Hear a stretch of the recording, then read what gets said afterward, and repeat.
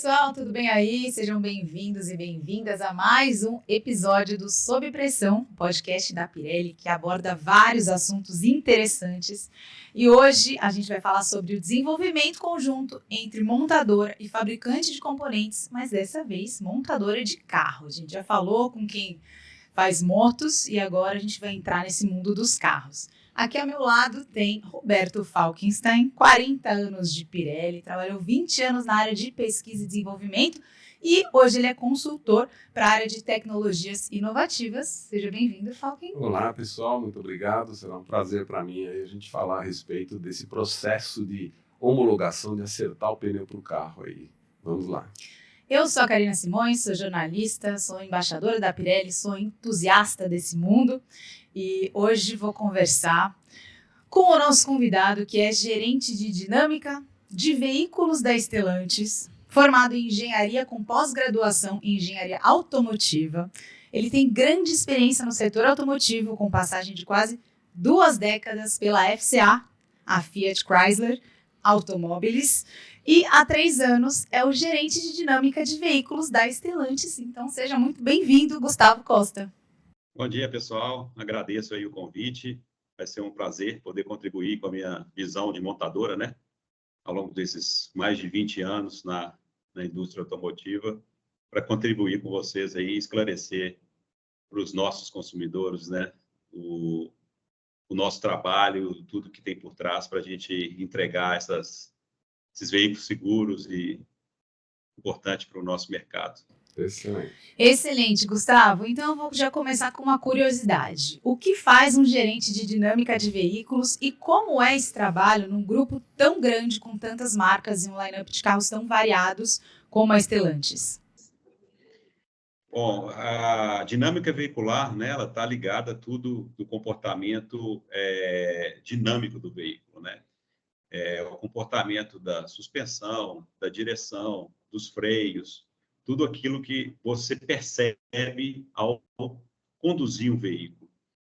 Então, a gente trabalha desde o briefing de produto, onde nasce o conceito da performance, e a gente faz o design dessa performance. A gente define como deve ser a característica desse produto, de acordo com o brand também, né? Cada brand tem o seu requisito de ter um carro mais confortável, ou um carro mais esportivo. Então, isso é tudo balanceado no desenvolvimento através da definição dos objetivos e o que o consumidor tem expectativa para aquele novo produto.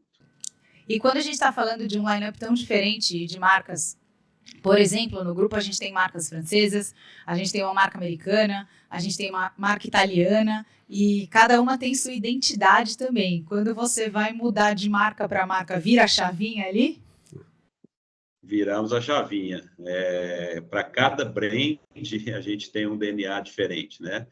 Então, isso é muito importante, que nós temos os engenheiros e temos as métricas internas para poder desenvolver o carro para aquele brand específico, né? O consumidor, ele tem a identidade, né, a identificação com aquele brand, então é muito importante que esse DNA de cada brand seja preservado, né, para a gente ter essa fidelização do cliente àquele brand. E dentro da Stellantis você já passou por várias áreas, imagino, da FCA, né, na época. Eu comecei o meu desenvolvimento em 2001, eu entrei na Stellantis, a gente era Fiat à época, a gente era muito ligado à matriz, então todo o desenvolvimento era feito na Europa e a gente fazia o que a gente chama de tropicalização, que seria a adaptação do veículo para as nossas condições de pista, de climáticas, de mercado, né?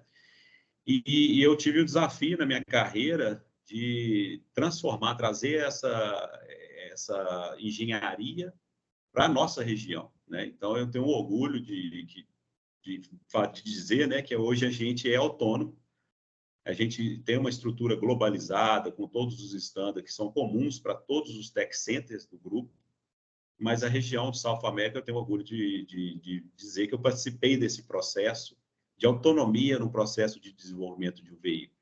Então, desde lá do conceito até entrega para o cliente, para o consumidor final. Então, isso é uma satisfação enorme poder ter participado desse processo, né, e valorizando a nossa engenharia no Brasil.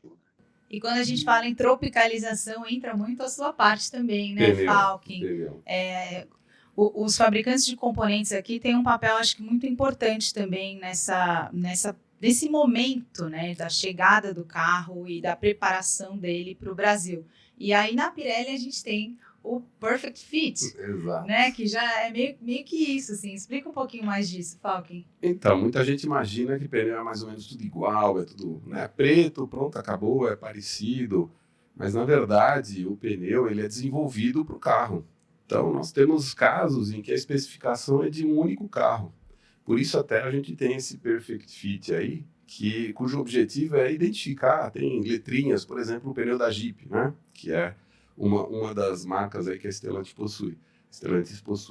Então, o pneu da Jeep tem um JP gravado na lateral do pneu, justamente para identificar para o consumidor, quando ele for repor o pneu, ele ficar atento a isso, porque é uma especificação que foi desenvolvida para aquele veículo, ela vai dar o máximo que aquele veículo tem, ela contribui no máximo das performances daquele veículo. Então, você quer manter o teu carro do jeito que ele veio desde zero, substitui por um pneu que é o pneu homologado. Essa é uma dica importante, porque justamente faz com que você tenha garantido uma ótima distância de frenagem, um ótimo conforto, muito importante.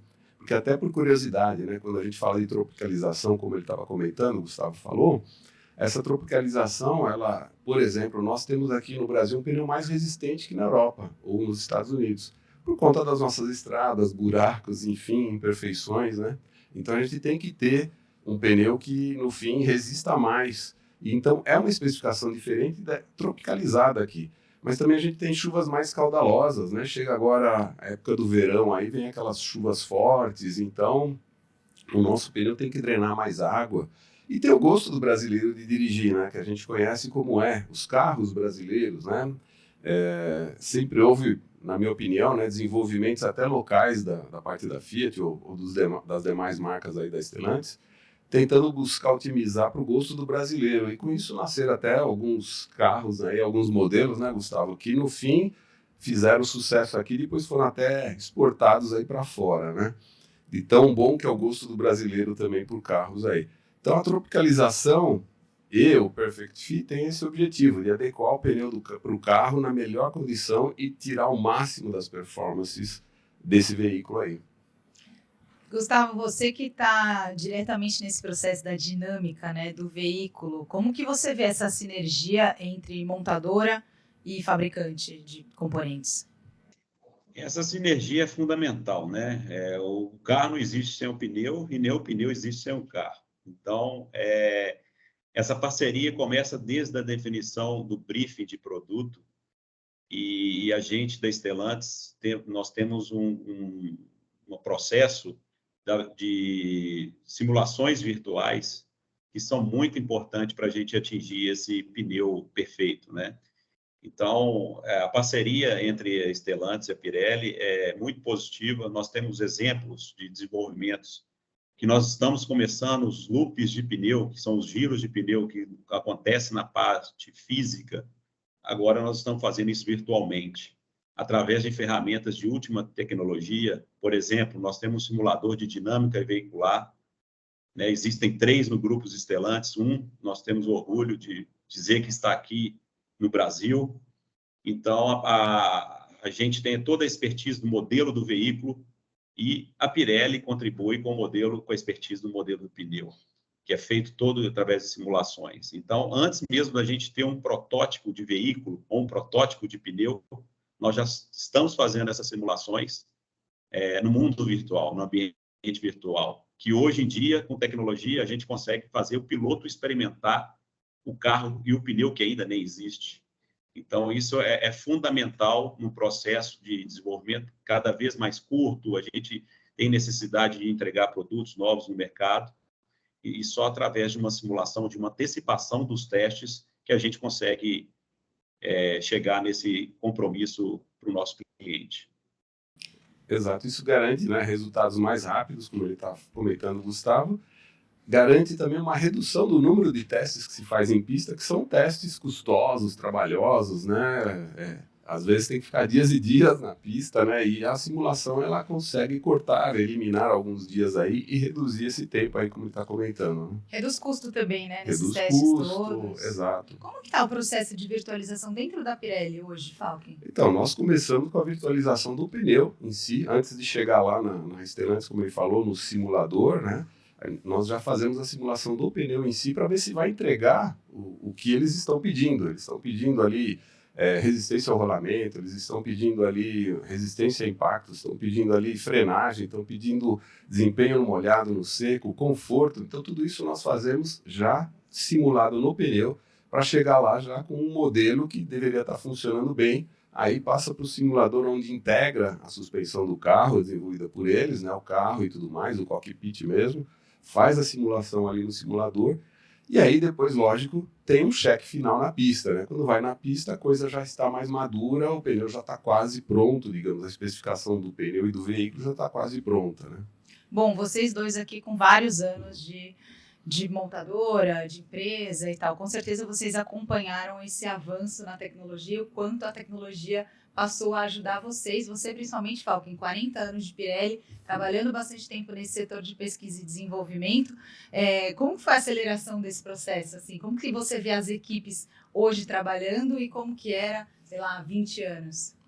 Há 20 anos atrás era muito mais na coragem, né? Mas hoje não, hoje tem muita tecnologia por detrás, hoje as pessoas tecnicamente evoluíram, né? Para justamente entregar. E o carro evoluiu, né? Se nós olharmos o carro de hoje, comparado com o carro de 20 anos atrás, não tem nem comparação, né? Então temos aí, por exemplo, controle de estabilidade, temos o ABS, ainda bem que está em todos os veículos, né? E também no pneu, né? Hoje nós temos tecnologias como o Cyber, que te indica por onde o pneu está passando, te indica o controle da pressão, te avisa a pressão, que é algo muito importante no pneu, ele só funciona na pressão especificada do veículo. Então, tudo isso evoluiu, o carro evoluiu, né? E isso traz o quê? Traz conforto para o usuário, né? Traz segurança, principalmente, para o usuário. Hoje, o usuário, muitas vezes, ele nem percebe que talvez passou por uma situação perigosa, mas ele passou com tranquilidade graças a uma série de acessórios que o carro tem e também que o pneu respondeu ali naquele momento e não deixou ele na mão, né? Exatamente. E, Gustavo, você também é um aficionado por carros? Desde pequeno, né? Sonho de criança. Interessante, né? Falou, pô, às vezes o piloto, ele dirige um carro que a gente nem tem um protótipo ainda, ele tá lá no mundo virtual. Eu acho que as pessoas que estão ouvindo a gente aqui estão curiosas com relação a esse tema. Como se dá o desenvolvimento de um carro? Assim, a montadora identifica que tem um nicho ali que pode ser explorado, e aí como que funciona mais ou menos esse processo?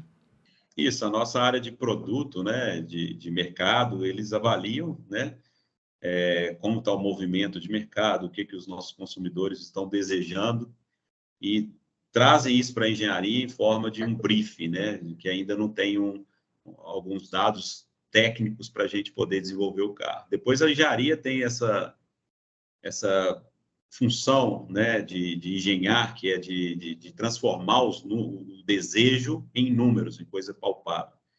E aí a gente começa a desenhar esse novo produto com validações virtuais ainda, né? Tudo no mundo do virtual, onde hoje eu estou em Curvelo, né? Vou dirigir um carro físico, mas ontem eu estava no simulador dirigindo um carro virtual, um projeto que está por vir, então a gente consegue migrar entre esse mundo físico e o virtual. É muito interessante, né?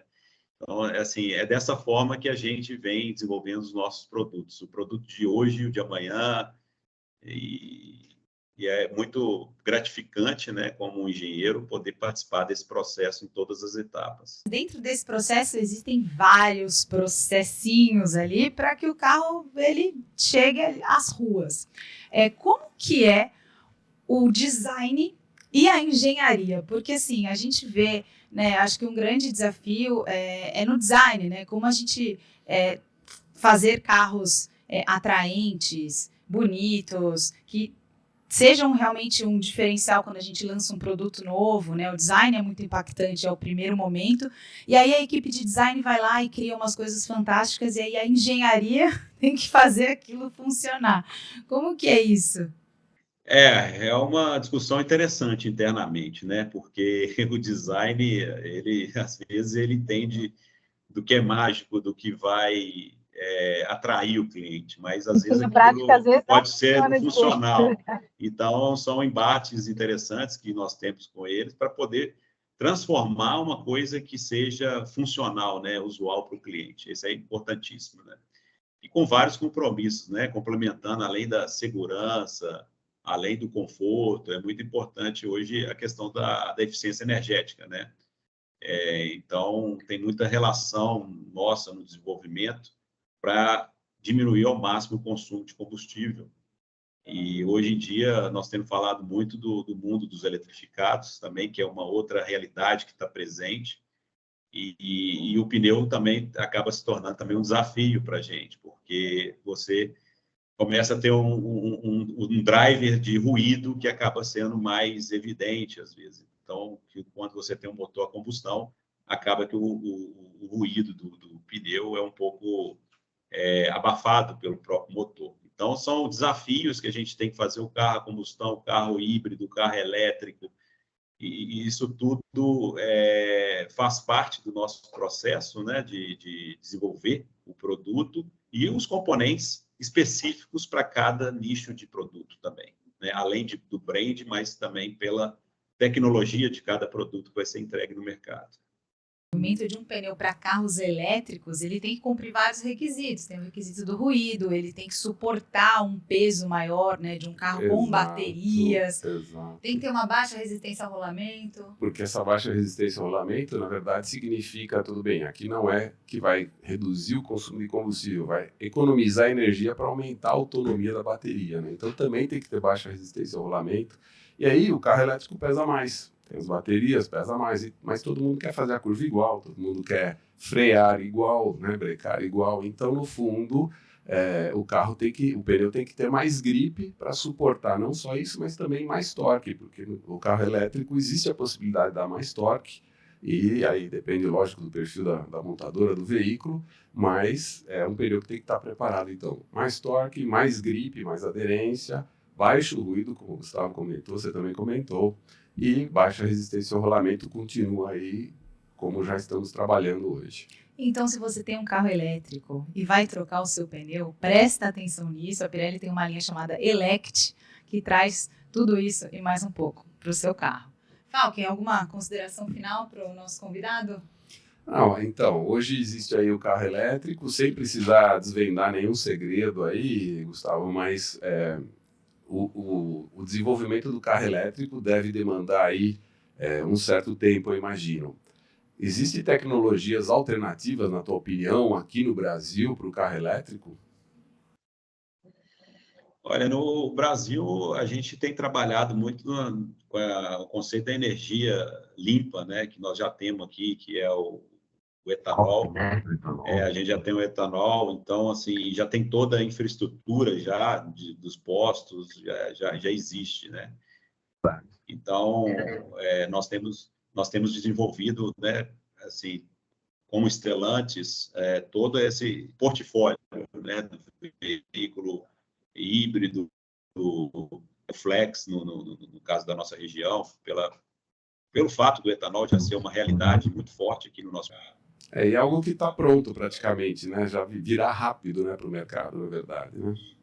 Exatamente. Então, é isso que a gente vem trabalhando. E, obviamente, isso é importante a gente ter cada linha de produto, cada brand com a sua identidade, né? Então, é muito importante a gente fazer esses testes exaustivamente no mundo virtual, cada vez mais aumentando, porque reduz custo, reduz tempo, e o físico acaba sendo uma validação final, né, para a gente poder garantir que tudo que foi feito no ambiente virtual está sendo entregue ali naquele produto final. Exato. Excelente, ó, virtualização cada vez mais aí participando de todos os processos da nossa indústria automotiva. Obrigada, Gustavo, pelo seu tempo, pela sua participação. Eu que agradeço o convite, foi um prazer estar com vocês aqui. Espero que eu possa ter esclarecido para os nossos consumidores, né, de veículos, de pneus, um pouco do que está por trás desse desenvolvimento, né? Uma coisa que é testado várias vezes, cada vez no ambiente virtual maior, mas para a gente entregar produtos cada vez mais seguros, mais eficientes, confortáveis para o nosso consumidor da América do Sul. Excelente. Muito obrigado, Gustavo. Obrigado ao Stellantis por esse tempo aí cedido a nós. Bom, e para você que acompanhou mais um episódio do Sob Pressão, te agradeço. Fica com a gente, porque vem mais coisa boa por aí. Obrigada, Falquinho. Obrigada, Gustavo. Um beijo e até a próxima.